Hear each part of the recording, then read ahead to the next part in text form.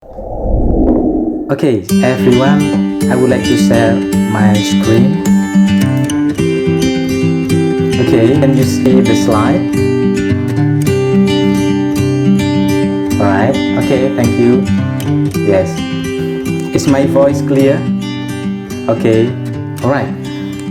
So today we are going to talk about the strategy of English learning. So there are many strategies of English learning. We are going to focus on one of them. We usually consider that English is a subject. So in this case, when we learn English, we need to input the subject into ourselves. We usually consider that English is like this. That's why then what we need to do, if English is a science, well, then we need to memorize. We need to put the science into ourselves, and then we need to make sure that the grammar, the vocab, the words, we memorize them, everything, and then after that we put them into ourselves. That's why we also experience, particularly in our learning, usually the measure that we have learned English is that by doing the test. So after memorizing the grammar, memorizing the words, and then we are given test by our teacher. And then the test will show us whether we can memorize the words and the grammars as much as possible.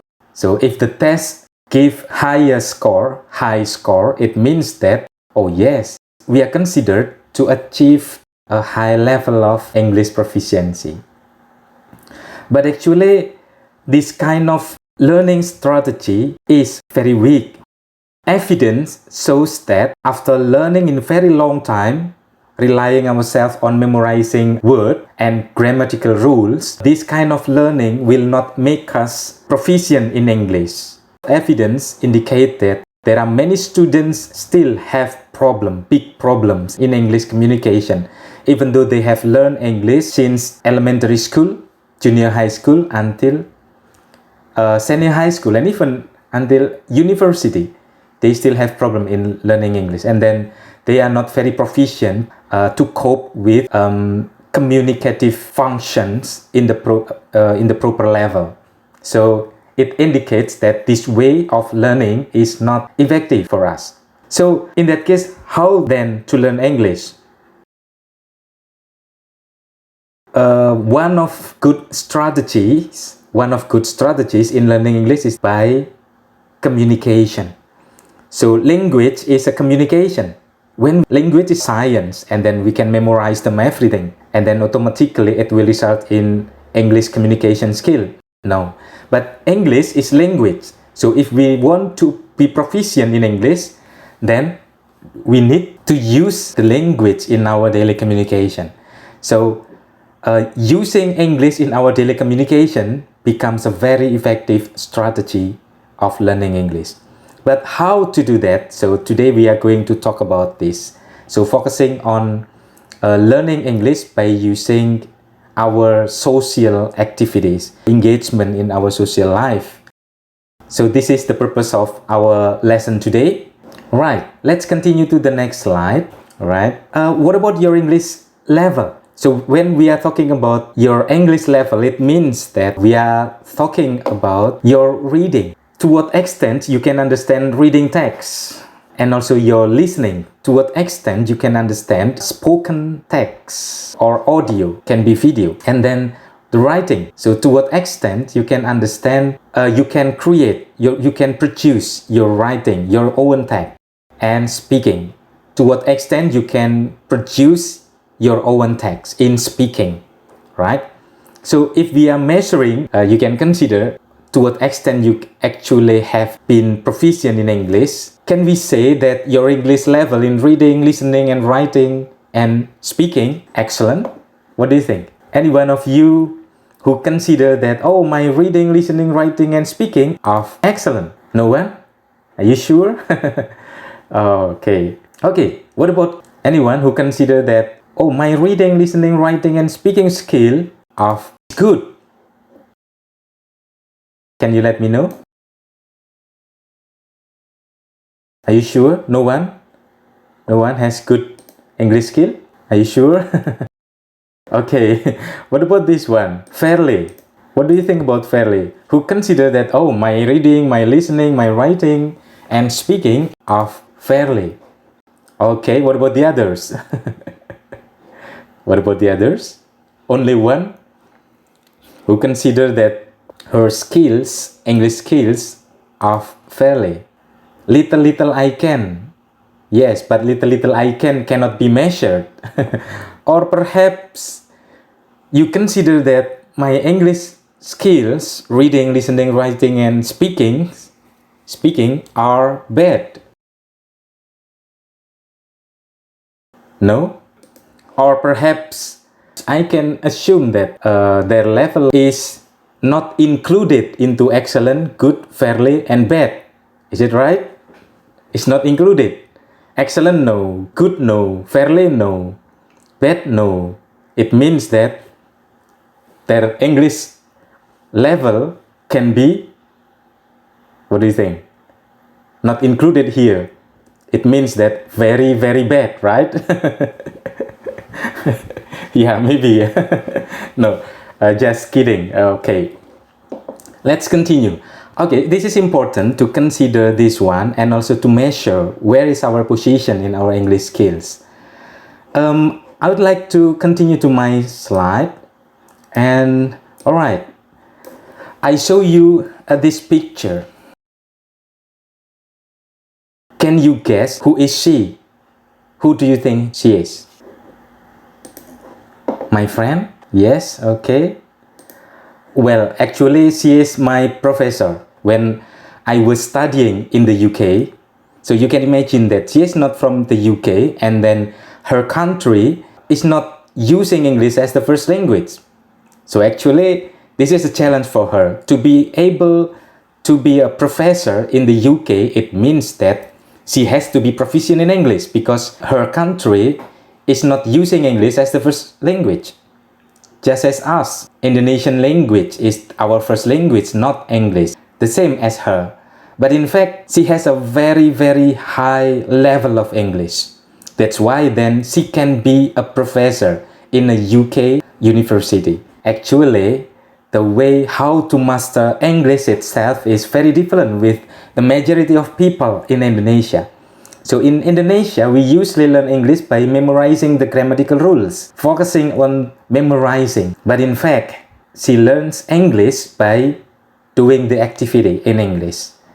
So it's different. That's why then she has a very good level of English. Actually, this story can inspire us not to consider English merely as a science, but we need to consider English as a language. If we need to learn English, then we have to use it in our daily communication. Alright, let's continue. Right, we are going to talk about the fundamentals of learning English. When we learn English, we need to consider that English is a language and language has components. So if we learn English, then we need to learn the components. So what are they? The first, of course, you know, vocabulary. Yes, but what to learn then? If we know the component of language is vocabulary. Of course, we will have word classes. So yes, well actually we have known that the components of English is vocabulary. Then we need to learn the vocabulary. If we don't learn the word classes, we don't know how to put the words into sentences and expressions to function properly based on our message. So this is important. And then the second, of course, the grammar. Yes, that's why we need to learn sentence order, or how do we put words into meaningful sentences or expression. That's why we need to learn how to order words into meaningful sentences. And then the third, tenses. Because in Bahasa Indonesia, we don't have any tenses, but in English, it has tenses. Then we need to learn tenses because tenses embed on the predicative function of expressions. That's why it becomes very important point. So actually, by learning the components, then we will have to focus ourselves on these three methods. So these three methods are very important. And then actually, it is not enough Because when we learn word classes, sentence order, and then tenses, does it mean that we will automatically be proficient in English? Of course, no. Why? Because again, this is the components of the language.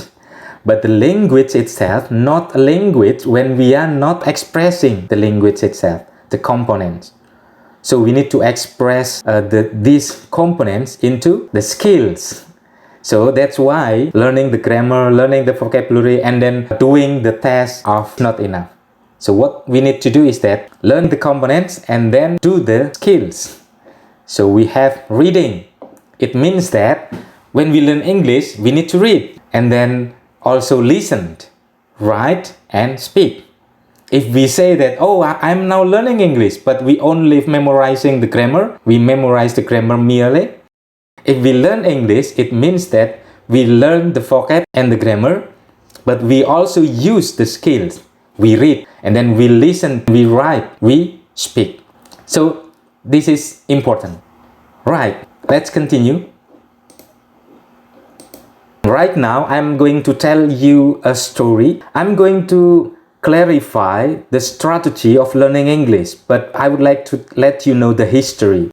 One day, before 2011, I have done research. I developed a strategy of how to learn English. I did the research and then I sent my proposal to this conference, and then I got a grant from my research. That's why I was invited to come into this conference to present the result of my research.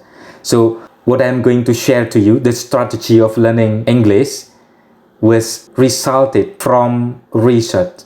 And then I had also materials confirmed by many experts as well in this conference. This is a international conference that I had attended. I did present my research on strategy of learning English. Experts confirmed the strategy and I got a lot of experience. And the conference was attended by 1,600 academics from around the world. Alright, this one that I would like to share to you. So I call this as a smart cycle because I consider that learning English needs to be a cycle like this. So we need to do exercise or practice by focusing ourselves on these three aspects: NVA, and then continue to SQR, and then continue to WLS, and then go back again to NVA, continue to SQR again. So this is a cycle. While we are doing this, what we need to consider is that there is another important thing. This is a symbol, R and R. So what does it mean? So there are many code here: NVA, SQR, WLS, and then R.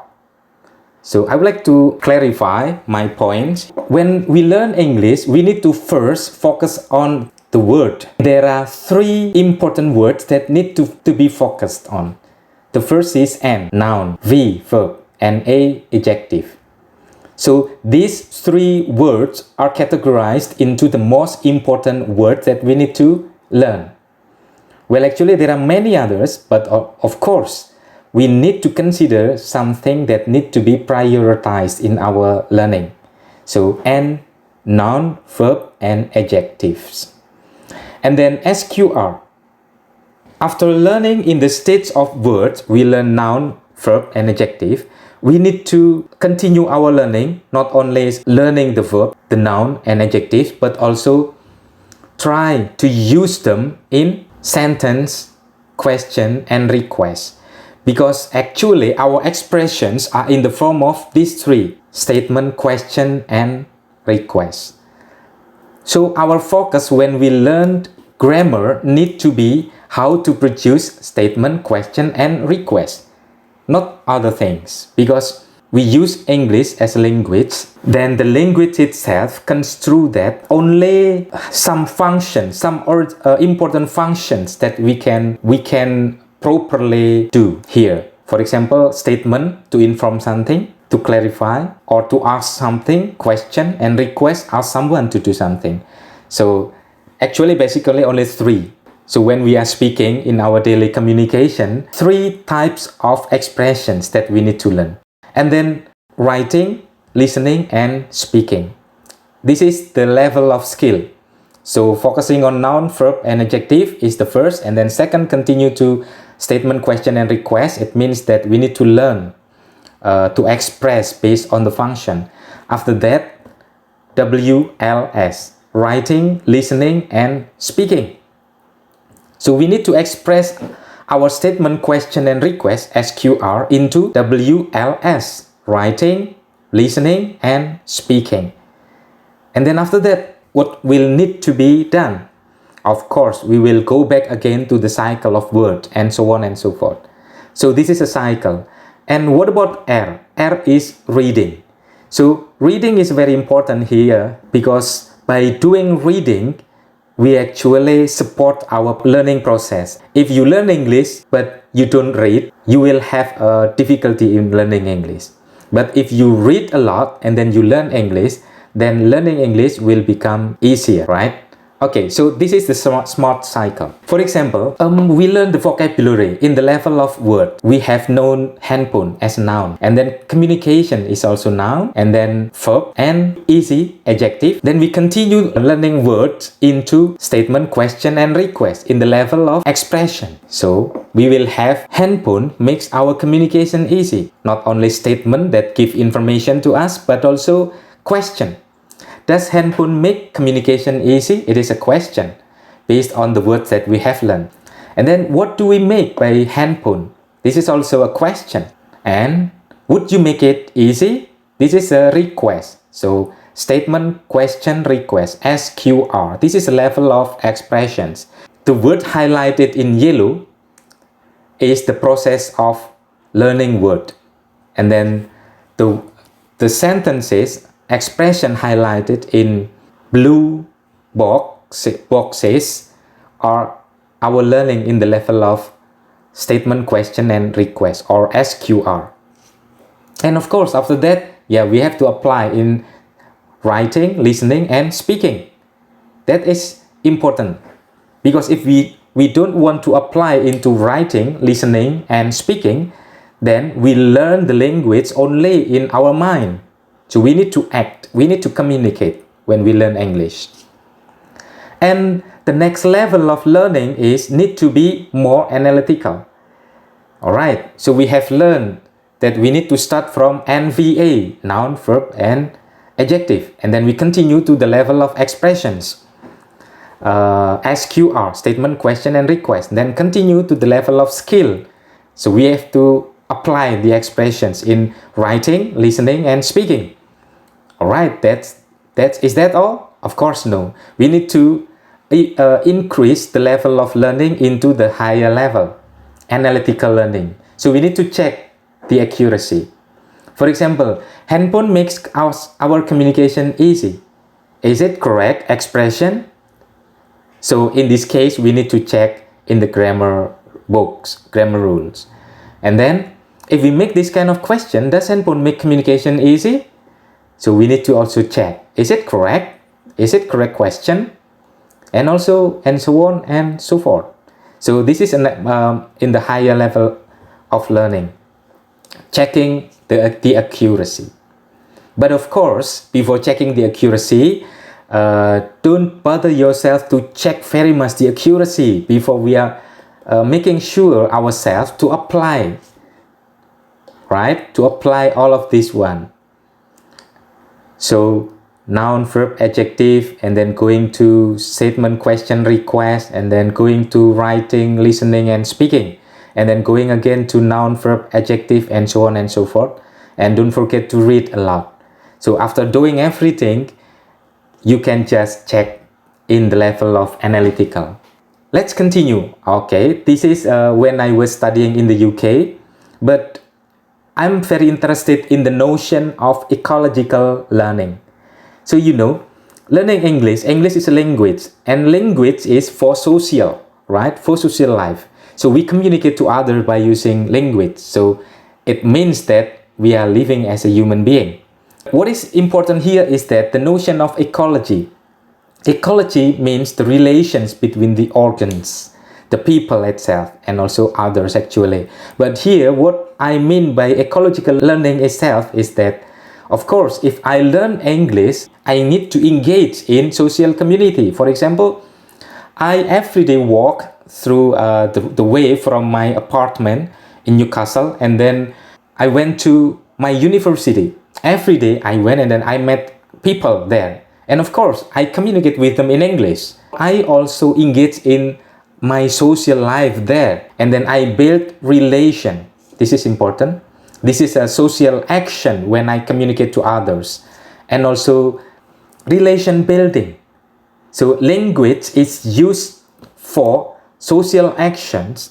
It means that we act in our daily life by using language, and also we build relation by using English.